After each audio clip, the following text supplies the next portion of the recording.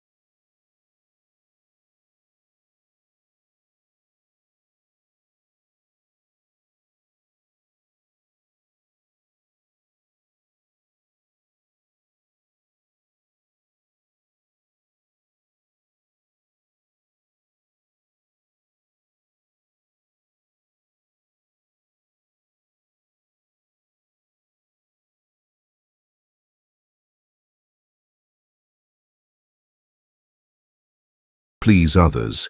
It needs you to have the courage to live in alignment with your inner truth. Vibrations born of lack are ultimately vibrations of fear, of abandonment, of unhealed memories, of an inner child still waiting for someone to come and say, "You are worthy, you are enough." But no one can bring that from the outside if you have not first sent that signal from within yourself. As Jung said, "Who looks outside dreams, who looks inside awakens."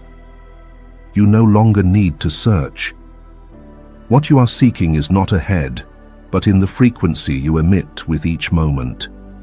And if you shift that frequency from pleading to presence, from expectation to steadiness, from anxiety to trust, then you will no longer have to chase. Everything will find you, not because you did it right, but because you have become the right person. Number 2, Story 1, Carla. And that is the profound truth Jung wants us to understand. You do not attract by what you wish for, you attract by what you are. When the energy within you continues to emit a signal of lack, of waiting, of the fear of being abandoned, then the external reality will forever be a mirror reflecting that vibration. And to see how this operates, not only in theory, but in real life, hear the story of Carla, a vivid and authentic example of what Jung called the psychic wound that cries louder than words. Carla is an intelligent, independent woman who is highly self-aware. At age 34, she experienced a painful breakup with the man who had been her whole world. Afterwards, she did not flee from the pain. On the contrary, Carla embarked on a model healing journey, reading books, meditating, journaling, taking therapy courses, caring for herself, and rebuilding her self-esteem. On the outside, Carla appeared to be the ideal of a woman who had overcome her past. But there was one thing she could not explain. Each time she began a new connection, even if it was gentle and promising, everything always fell into the same orbit. The other person gradually became distant. The relationship grew fragile, and in the end it broke without any clear reason. This is where things became clearer, not through reason, but through a moment of profound awakening in an intensive therapy session. When the therapist looked straight into her eyes and said, "Your energy is not waiting for love, it is begging for confirmation." That remark struck the very core that all of Carla's healing efforts had missed. She had not truly let go. She had only done everything to prove that she was worthy of love. Although her exterior had changed, her inner energy still clung, not to a specific person, but to a pattern. The person who would come to heal me, the person who would confirm that I am enough. Carla did not live in the presence of her new connections. She lived in the unconscious expectation that this time someone would act differently so that she would no longer feel that she had failed in love. She was not loving, she was waiting to be rescued. Carl Jung once said, "We do not become enlightened by imagining figures of light, but by making the darkness conscious." We reach enlightenment not by imagining light, but by having the courage to face the darkness within ourselves. And the darkness that Carla had to confront was not her ex or her painful past, but the unconscious belief that she would not be whole unless chosen by someone else. That explains why all of her positive healing actions were still guided by a begging energy. It was not genuine autonomy, it was disguised control, a form of, "I will love myself as long as someone confirms that I am lovable." But energy does not operate under conditions. Your field of vibration does not care about the checklist you have completed. It only responds to the signal of who you truly are inside. And from then on, Carla's reality continuously reflected a single lesson. When you demand confirmation, you are emitting a vibration that I do not have enough. And the universe, as Jung pointed out, does not answer what you want, but answers you. The privilege of a lifetime is to become who you truly are. But if you still need someone else to confirm that, you are not truly yourself. You are only a shadow seeking an image. After that therapy session, Carla did not change her strategy to be loved. She changed her mindset. She did not force herself to stop feeling. She began to observe her impulses when meeting someone new. Each time she sensed herself expecting too early, she did not blame herself but asked, "Am I loving this person, or am I waiting for them to confirm that I am enough?" And this self-awareness was the turning point of her vibration. Not loving less, not moving slower, but loving from a place of fullness. From then on, her energy no longer sent a begging signal. She was no longer on the frequency of, "Choose me so that I can be me." She had chosen herself. And when one chooses oneself, the world is no longer a place to be saved, but a place to live, to share, to shine. No chasing, no waiting, no proving, simply being present. Because, as Jung wrote in Memories, Dreams, Reflections, the most terrifying thing is to accept oneself completely. The most terrifying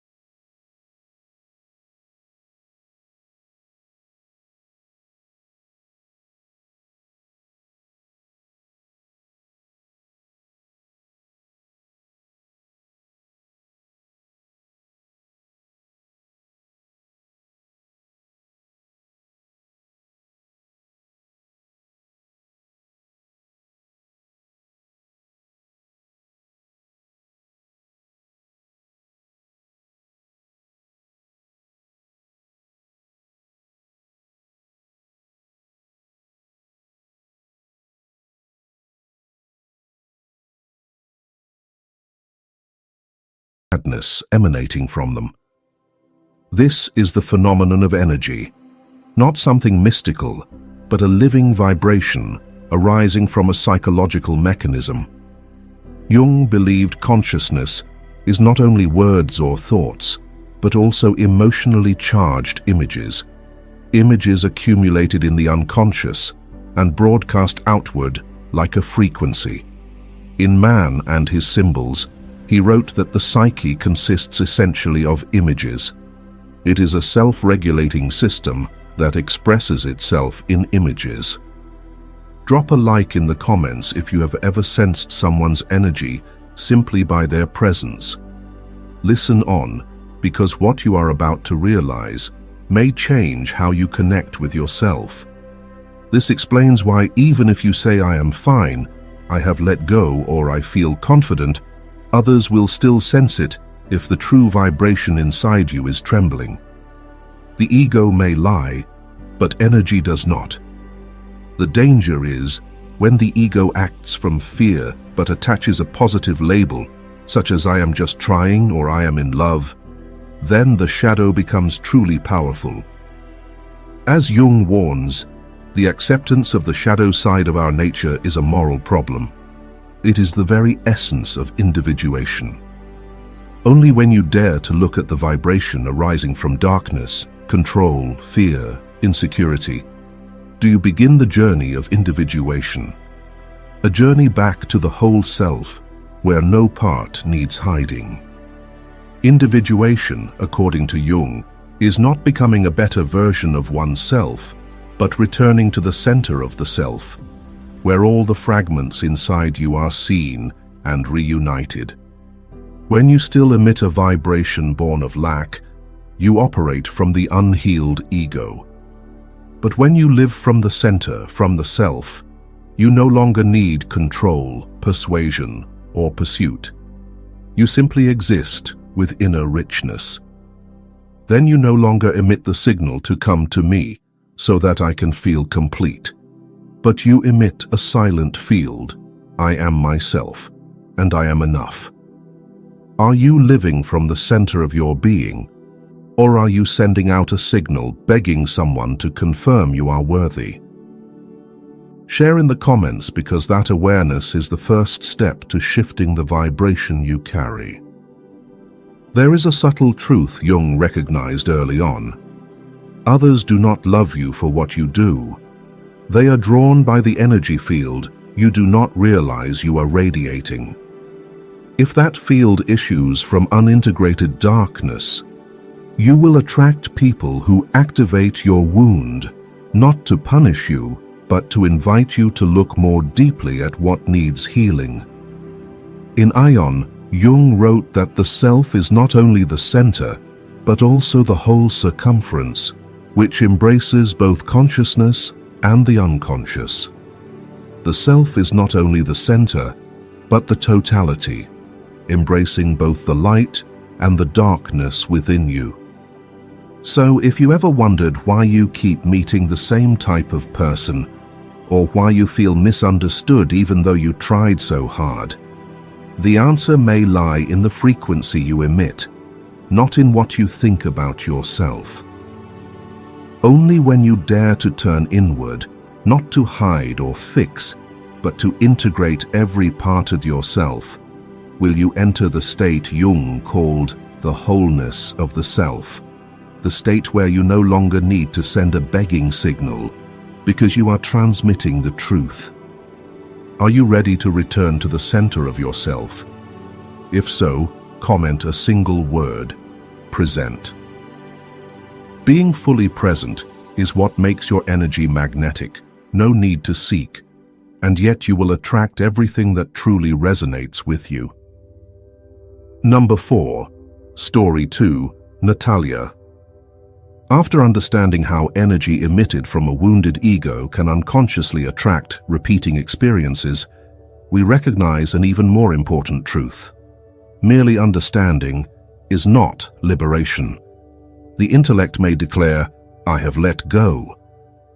But if the energy inside still emits a signal of clinging, you remain on the same frequency, and the world will continue to mirror that, no matter how many books you read, videos you watch, or even when you proclaim you have healed. Natalia's story provides a clear and poignant illustration of this. Natalia, now 40, is a strong, deep woman who survived a toxic relationship that nearly drained her soul.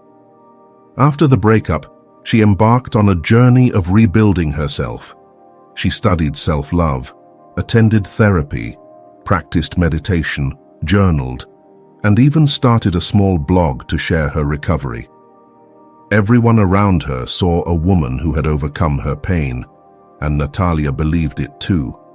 She felt confident, at peace, ready for a new connection, until a man appeared. At first, Natalia maintained her balance, but just days into their initial conversations, she found herself checking her phone more often, analyzing every message, guessing what he truly thought. Each time he went silent, even a little longer, a wave of anxiety washed over her. She did not voice it or act rashly, but her mind spiraled. If he does not reply, what does that mean? Did I do something wrong? Will this end the same way as before? In a pivotal therapy session, her therapist quietly observed and said, "Your mind has let go, but your energy is still holding on." Natalia was stunned. She had never imagined she could be faking it to herself. But the truth was that all her efforts, the meditation, the sharing, the writing, stemmed from a drive not to be the same as before, to guarantee that next time would differ.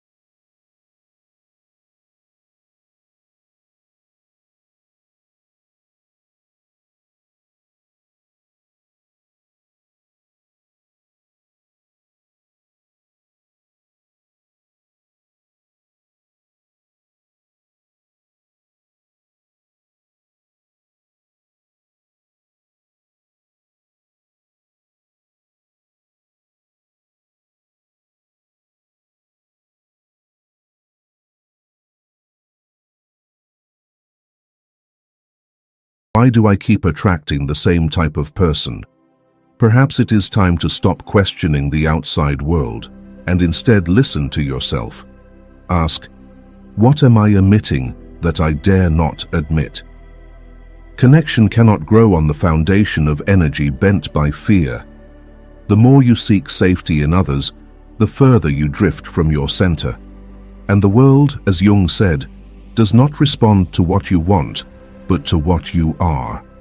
Until you change that frequency, you will star in the same drama under a different title. The good news is that the moment you begin to recognize this, as Natalia did, you have already started to shift your vibration. And that alone, without anyone's confirmation, is enough to transform your entire story. Number 5. The difference between control and surrender. Imagine a moment you sigh, looking at your phone, and think you will not text anymore. You are fine. Minutes later, you secretly unlock your phone, waiting for a message or a sign that something to prove you are still cared for. On the surface, you tell yourself you are letting go, but inside your entire nervous system is on high alert. That is not peace. That is control, disguised as silence. At that intersection between mature behavior and lingering clinging energy begins a hard-to-swallow lesson that leads to deep transformation. Control is not strength. It is a survival reflex of an unhealed ego. Natalia recognized this not through words, but through experiencing it again in her body, in her energy, in how she faced uncertainty. That is when the door to the core distinction between control and surrender opened, not by knowledge, but by vibrational experience. We often equate control with power, action, and doing something to ensure nothing falls apart. In truth, control is a contraction of consciousness fear wrapped in a reasonable explanation, the ego trying to manage uncertainty through analysis, speculation, intervention, and at times, feigned indifference. Jung taught that the ego seeks to control what the soul has not yet integrated. That mask of logic makes control a wound. You do not act from strength. You act from fear, unwilling to admit it. Imagine beginning a new relationship and the other person texts less for a day, so you feel compelled to do something. You send a message first, till you stay silent to see if they notice why. You ask indirect questions to guess their state of mind. None of these actions are wrong in themselves, but consider the inner state driving these behaviors. If it stems from an inability to bear uncertainty, then you are not connecting, you are controlling. Jung spoke not only about behavior, but about the motive beneath it. He wrote that when an inner situation remains unconscious, it appears outside as fate. If you fail to recognize that you are governed by fear of losing control, you will continue to attract situations that force you to control yourself until you either exhaust yourself or awaken. You either live from your center or steer everything from the fear of abandonment. Recognizing this is the first step to letting go of awareness rather than from fatigue. Surrender is not standing still, waiting for a miracle. Surrender is the strongest act of a mind at rest in itself. It is when you no longer need to force reality to follow an ego script. It is when you no longer need to check, control, steer, or edit reality, because you trust that what belongs to you arrives without effort, and what does not only brings pain when held. A vivid illustration is the healing journey of Lina. When she began a new relationship, everything felt harmonious at first, but gradually, with each time her partner became silent, Lina started analyzing every punctuation, every pause, and every word choice. She did not blame or show it outwardly, yet inside, she was silently squeezing herself and her partner with expectations and worry. Inevitably, the energy between them began to withdraw. When she asked why, her partner could only say something felt heavy without any clear cause. Lina realized it was not that her partner was wrong, but that she still operated from a place of control, disguised as wanting to understand. Jung did not teach letting go as a mere technique, but as a process of inner maturity. He taught that surrender is not weakness, but it is the courage to stop waging war against yourself. It is when you no longer need certainty to feel safe, need another's reaction to feel loved, and no longer need control to protect yourself from abandonment. If you live in the energy of clinging to avoid loss, remember that control does not keep you safe. It only keeps you away from real living. Sometimes the most essential step is not knowing the next move, but daring to stand still and do nothing to feel what you still cling to out of fear rather than love. You may have seen yourself controlling under the guise of seeking reassurance that you are not alone. Now you have another choice. Share the phrase "I am letting go" if you choose to step out of control energy and into a magnetic state where life comes without being pulled only by trust. Number 6. The power of presence. But surrender does not mean you disappear. Not controlling does not mean you become passive. This brings us to a dimension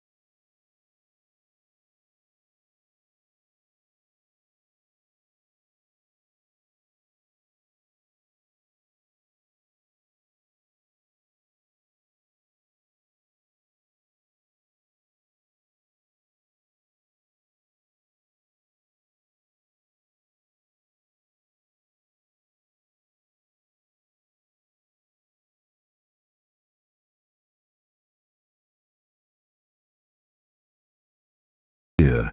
You are not alone, because presence does not come from intention. It comes from practice. Jung described the process of returning to the center of the self, individuation, as a journey through layer upon layer of illusion, wounds, and unconscious reflexes, until nothing remains but unconditional presence. In Psychology and Alchemy, he wrote that the self is a union of opposites par excellence.